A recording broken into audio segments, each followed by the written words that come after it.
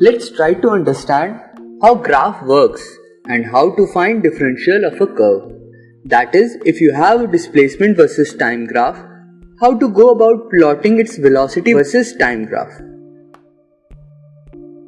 Remember, here we are talking of instantaneous velocity, which is infinitesimal displacement versus infinitesimal time interval about time t. This term is called differential of the function displacement versus time.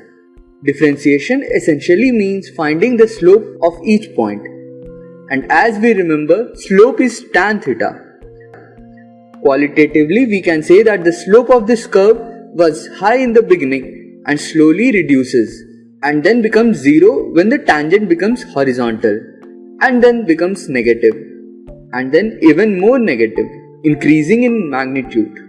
We can find exact nature of the slope by finding tan theta at each point for the tangent. This is how we get velocity versus time graph. Now from this we can find instantaneous acceleration of every point by again finding differential of the velocity versus time graph.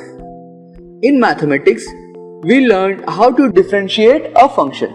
So if this is function of displacement, this should be for velocity and this for acceleration.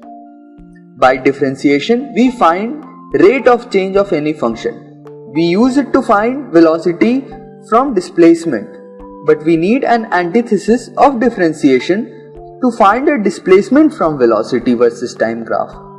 This is called integration. It essentially talks about the area under the curve. We focus in this infinitesimal time interval for this velocity versus time graph. Remember, during differentiation, we considered the time interval so small that it can almost be considered as a single instant. Similarly, we consider the time interval to be so small that the velocity is almost constant in this time interval, and the area of this region is v into dt, that is velocity into time interval, which is displacement in this time interval. Therefore, the area under this velocity versus time curve for this time interval gives us the value of displacement in this time interval. We can do the same exercise for acceleration versus time graph to find the change in velocity in this time interval.